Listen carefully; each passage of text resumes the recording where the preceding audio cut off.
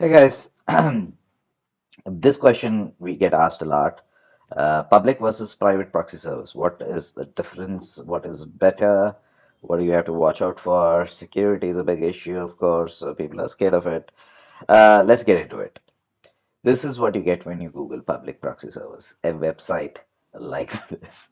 A 3-year-old kid put this together, I think, and you'll see 14,212 proxy servers in their database at this moment. So what else do we need? I think this is it. It's over, right? We should just be using it. You can see that they have HTTP, HTTPS, SOCKS 4, SOCKS 5, Elite, the level 1, level 2. It's insane, guys. I think it's this whole presentation is redundant. But no, you can sort of tell there's something wrong here already, isn't it? So and there's quite a lot of things wrong, and there are no free lunches at all. We've gone down this path years back, and it's gotten only worse now. Here's our criteria for a good proxy server, which is reliable proxy server. One is availability, right? Public proxy servers keep shutting down quite often. And you need to develop algorithms to weed them off and tape them almost every few minutes. None of these proxy servers live for more than 5 to 10 minutes. These are random people with their mobile phones, with their laptops, accessing the internet, and they don't even know that they're being used as a proxy by devious means, by peer-to-peer applications, browser bars, downright hacking many times to get their bandwidth. We have no idea which country mostly they're in or what their network is and blah blah blah and the speeds are. So it's completely unreliable. And because it's proxy, it's public, everybody is piling onto that one proxy that works. So within no time they'll have a problem with their handset or their laptop and they'll probably shut it down anyway, right? So the reliability, because there have been thousands of developers, trust me, it'll be just in a few seconds that it's gone because it's all automated. Speed, because again, it's just individuals browsing, and it's not like you have any control over their connection plans. And security, because many of these proxies might be compromised, and they are in our experience. And it basically hackers who could be stealing your connection, your data, for example. And advantages of private proxy service, right? So if you use a private proxy service, you get a ton of these benefits. One is you obviously get faster speeds. We at Proxies API, for example, we prune it out ourselves. It's not that we have to, but we still do it over millions of proxies. At any point in time, we know what's working and what is not, and what is reliable, what is the amount of time it takes to respond, what is the kind of data it can give us. So we have residential proxies, which are actually people who have bought into this plan and they get paid for it in many ways. So uh, residential proxies are just regular users. These are not ISP based servers which can get blocked very easily. Very difficult to block residential proxy across 12 different countries and many states and cities.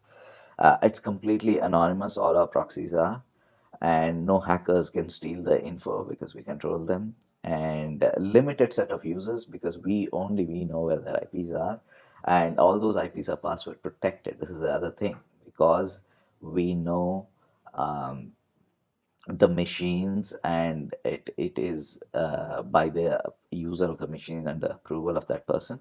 We set a username and password so that only we can access it, right? And HTTPS support, which is very important, because most websites are on HTTPS now, and they don't serve HTTP data. They automatically redirect to HTTPS, and it is super highly reliable. It's a totally different ball game. You don't need to keep writing algorithms every few minutes to update them and change them. All you have to do is call a particular API or something like that, and everything else is managed behind the scenes for you.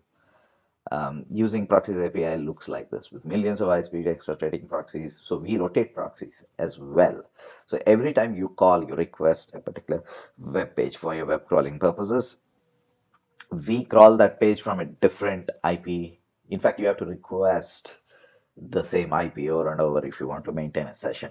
Otherwise, we automatically rotate them. Happy to do that. We also automatically rotate user agent strings so that people don't, by the user agent string is sort of the identification of the browser, the agent, right? The bot that is actually asking for the data. So, but we rotate them with familiar strings, but hundreds of them, so that there's no way to tell. We do a lot of other things behind the scenes. These are all which pretend to be a human being if you're using uh, it for web crawling purposes. And we also have automatic captcha solving technology, which is many websites after a few uses, it can show you a captcha to prove that you're human or not. And turns out we can solve a lot of that automatically. A lot of this is actually redundant. This particular technology is very rarely used from our own logs because we keep changing the IPs anyway, and we do automatic retries as well. Hundreds of our customers have successfully solved the headache of IP blocks with a simple API. IP blocks really are a thing of the past, if you're using multiple APIs and doing it well. Using proxies is very, very simple. As you can see, it's just a curl command. If you're a programmer, you'll know that how simple this is. You can put it in any language, PHP or Node or JavaScript or Java or C++, whatever the language, just doing HTTP fetch. And you're calling our API and it can call HTTPS. You passing the URL that you want and passing the API key. You can register and get a free API key, 1,000 calls free per month. No credit card, nothing. You can just go to proxiesapi.com, get your API key, and try this line out right now. Give us a hard one. Give us something that you been able, not been able to. You've probably been blocked. Give me that, and then we'll be able to hopefully solve that for you. All right. Thanks, guys.